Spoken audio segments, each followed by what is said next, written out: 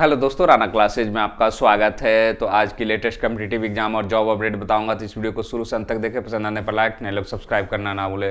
तो सबसे पहले बीपीएससी की बहालियों पर और क्या पुरुष कल जो चर्चाएं हुई उस पर चर्चा कर, फिर बीएसएससी 4th ग्रेड की क्या नोटिस जो आई थी वेबसाइट पर उस पर क्या है, और भी अन्य खबरें बताऊंगा। तो शुरू करते हैं बीपीएससी का कल क्या चर्चाएं रही। तो अभ्यर्थियों को लिखित परीक्षा के दौरान अधिक नंबर मिले हैं तो इंटरव्यू में उन्हें रियायत दिया जाना चाहिए, जिससे इंटरव्यू में नंबरों की कमी से उनकी छंटनी नहीं हो। मुख्यमंत्री नीतीश कुमार ने बिहार राज्य लोक सेवा आयोग के 75वें स्थापना दिवस के दौरान बातें कही। मतलब क्या है कि लिखित परीक्षा में अगर ज़्यादा नंबर मिला है तो उनको छूट दिया जाना, ऐसा नहीं होना चाहिए कि सिर्फ इंटरव्यू के आधार पर अगर किसी कारणवश बहुत कम नंबर आ गया तो आपका सीधे बाहर हो जाएंगे। तो ये कहा गया है, उनकी छंटनी नहीं होनी चाहिए। और ये जो है आयोजित कार्यक्रम सीएम ने कहा, लिखित पर अधिक किसी को अधिक तो उसकी पढ़ाई में कमी नहीं है। कई बार अभ्यर्थी अपनी बातों को सही तरीके से रखने से शर्माते हैं, ऐसे में उनकी काबिलियत पर संदेह नहीं करना चाहिए। लिखित परीक्षा में अधिक नंबर पाने वाले अभ्यर्थी स्वाभाविक रूप से पढ़ने में तेज होता है, ऐसे में इंटरव्यू के दौरान उन्हें रियायत देकर है जो कि अधिक नंबर देना चाहिए।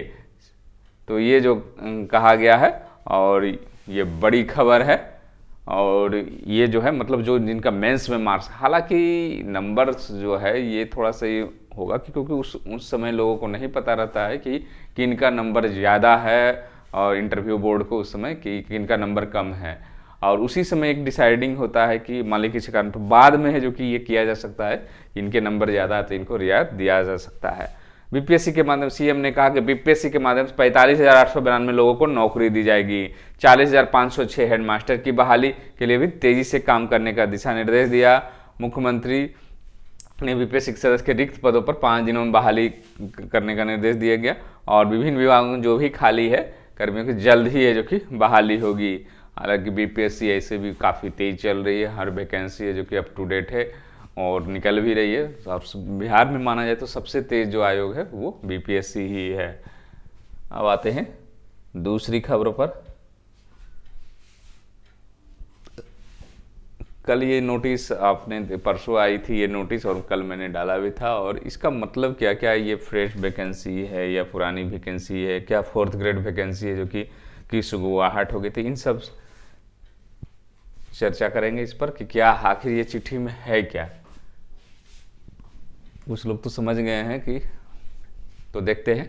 कार्यालय परिचारी विशिष्ट पदों की नियुक्ति के संबंध, राज्य में कार्यालय परिचारी विशिष्ट नियुक्तियों के विरुद्ध जो कि माननीय उच्च न्यायालय पटना द्वारा है जो कि एक आदेश आया था, और 19 में ये आया था। समरूप मामलों में पारित आदेशों के अनुपालन वन टाइम मेजर के रूप में बिहार कर्मचारी प्रतियोगिता परीक्षा कर योग्य अभ्यर्थियों को अनुशंसा समा, मतलब उस लेटर जो 2019 में था कि आपको जो, क्योंकि अभी तक जो 4th ग्रेड की जो बहाली होती थी जिला स्तर पर, वो हर जिला है जो कि अलग अलग है जो कि बहाली निकालती थी, कोई उम्र सीमा के आधार पर।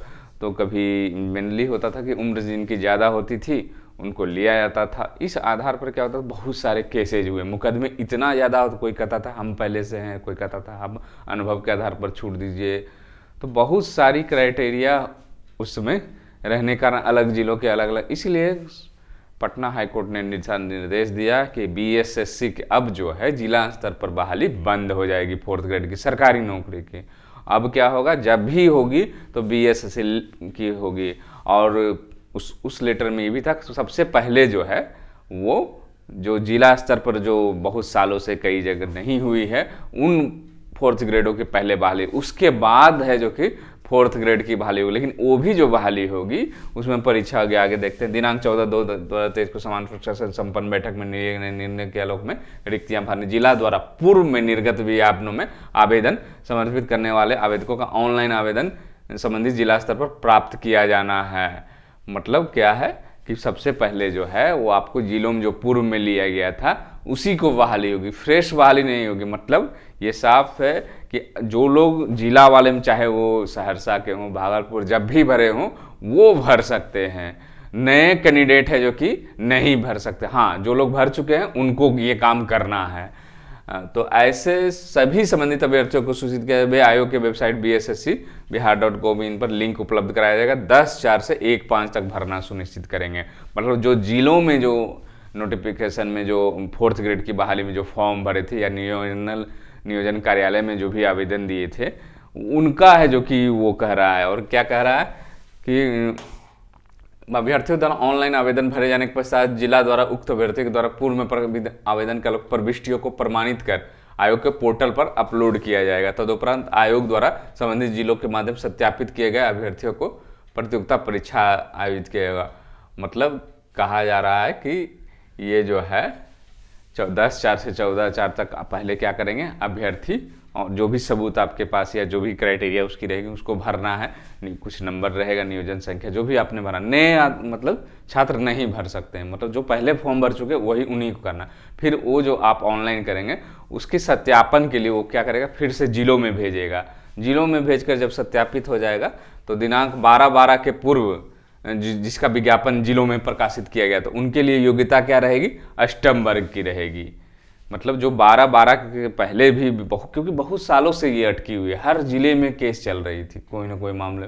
तो 12/12 से जो भी पहले हुए उसके लिए योग्यता क्या रहेगी, अष्टम ही रहेगी, मैट्रिक नहीं रहेगी। 12/12 के बाद क्या रहेगा, पश्चात जो भी जिलों में विज्ञापन निकाला गया न्यूनतम से मैट्रिक अथवा समकक्ष उत्तीर्ण होगी। 10वीं मतलब दोनों में जो है परीक्षा भी जो होगी वो अलग अलग स्तर की होगी। वो जो 12/12 पहले का जहाँ का विज्ञापन है वहाँ अष्टम स्तर का प्रश्न भी रहेगा, अष्टम स्तर की योग्यता भी रहेगी। उसी तरह 10वीं का पास रहेगा, 10वीं की। इसी प्रकार आरक्षण के पूर्व में प्रकाशित उल्लेख के अनुसार होगी। और आरक्षण जो होगा वो ऐसा नहीं है कि ये जो अभी है जो जिलों की जो बहाली होगी ये ऐसा नहीं कि EWS जुड़ जाएगा। जो अगर 12 के पहले तो EWS नहीं रहेगा, महिला आरक्षण नहीं रहेगा। तो मतलब जिस तरह से रोस्टर था उसी अनुसार है जो कि बहाली होगी। ऐसा नहीं कर सकते कि 12 के पहले का है अभी हमको महिला आरक्षण चाहिए, क्योंकि बहाली उस समय की है उस रोस्टर के अनुसार। क्योंकि अगर वो चेंज होगी तो फिर नए सिरे से बहाली होगी, इसीलिए वो होगी। आयोग द्वारा परीक्षा प्रांत है जो कि जिलों से प्राप्त रिक्तियों में जिलावार अनुशंसा प्रेषण की कार्रवाई। मतलब ये जब सारी प्रक्रिया हो जाएगी तो इन लोगों का क्या किया जाएगा, परीक्षा लिया जाएगा। उसके बाद है जो कि जो सेलेक्ट होंगे फिर वही अनुशंसा है जो कि BSSC है जो कि भेजेगा, लीजिए आपका जिला का इतना बहाली है, हमने ये सेलेक्ट करके भेज दिया। अब नए लड़के जो बार बार चर्चा थी 40,000 वैकेंसी निकलेगी, 50,000 वैकेंसी निकलेगी, तो वो जो है इस प्रक्रिया के बाद निकलेगी जो अब BSSC के वेबसाइट पर भरा जाएगा। तो इसमें इस प्रक्रिया में मानकर चला जाए, क्योंकि अभी मई तक चल रही है, तो आपकी बहाली में थोड़ा इंतज़ार, नए जो फ्रेश बहाली जो बहुत सारे लोग सोच रहे थे कि आएगी और मैं भरूंगा, तो उनको इंतज़ार करना पड़ेगा। ये उनके लिए है जो पूर्व में भर चुके थे।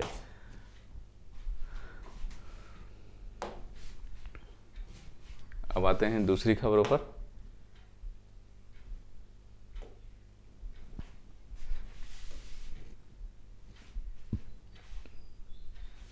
फिर 68वीं BPSC का, क्योंकि BPSC की चर्चा हो रही थी, तो 68वीं BPSC का ये आप निकल गया है कि प्रतियोगिता परीक्षा बिहार राज्य के अनुसूचित अत्यंत पिछड़ा वर्ग के स्थायी निवासी है जो कि कर सकते हैं। क्या क्या क्राइटेरिया ये आप देख सकते हैं। तो BPSC 68वीं तो आपको प्री है जो कि पास करना पड़ेगा। अगर आप पास है अत्यंत पिछड़ा वर्ग और ये क्राइटेरिया पूरी करते हैं तो आपको 50,000 रुपये एक मुश्त है जो कि आपके अकाउंट में दे दिया जाएगा।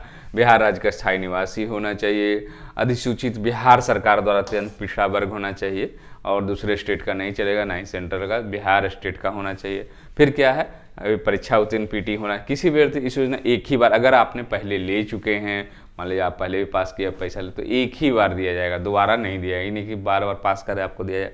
पूर्व में किसी सरकारी लोक उपक्रम राज्य सरकार द्वारा बीज संपोषित नियोजित अभ्यर्थी इस योजना का लाभ नहीं दिया है। तो ये भी मेन कंडीशन है कि अगर आप सरकारी में हैं, नियोजित शिक्षक हैं, या बिहार द्वारा सरकार द्वारा वित्त पोषित हैं, तो उनके लिए नहीं है। मान लीजिए कि आप डाटा एंट्री ऑपरेटर हैं या कुछ हैं, तो फिर भी ये जो कि आपको नहीं मिलेगा। ये टर्म एंड कंडीशन को पूरा करना पड़ेगा।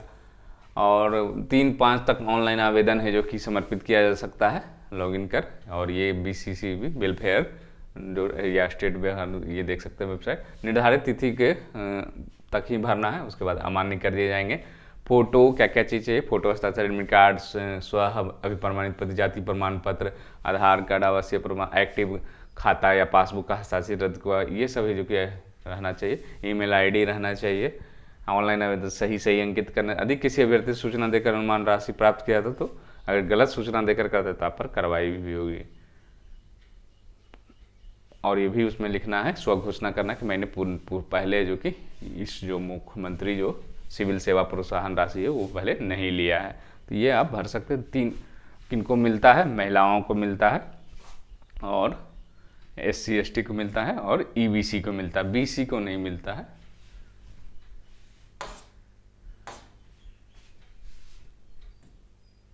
तो ये होगी। अब आते हैं दूसरी खबरों पर।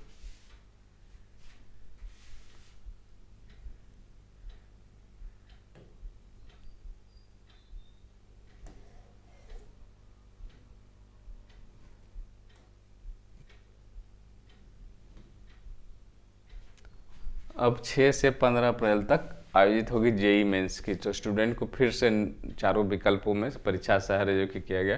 NTA JEE मेंस अप्रैल सेशन के परीक्षा शहर एवं परीक्षा तिथि शनिवार को जो कि जारी कर दिया गया है और 6 से 12 अप्रैल तक आयोजन परीक्षा को बढ़ाकर 6 से 15 कर दिया गया है। वहीं JEE मेंस जनवरी की भांति स्टूडेंट द्वारा 4 ऑप्शन के अलावा भी परीक्षा शहर आवंटित कर दिया। अब एडमिट कार्ड इंतजार शुरू हो गया। 1-2 दिन में एडमिट कार्ड जो कि जारी कर दिया जाएगा। JEE मेंस अप्रैल के लिए 3,20,000 नए स्टूडेंट ने आवेदन किया। साथ ही लाखों स्टूडेंट ऐसे हैं जिन्होंने JEE मेंस जनवरी की परीक्षा देने के बाद पुनः अप्रैल के लिए आवेदन दिया है। एक अनुमान के अनुसार जनवरी JEE मेंस बराबर स्टूडेंट परीक्षा शामिल हो सकते हैं। तो इन्हीं अपडेट के साथ धन्यवाद।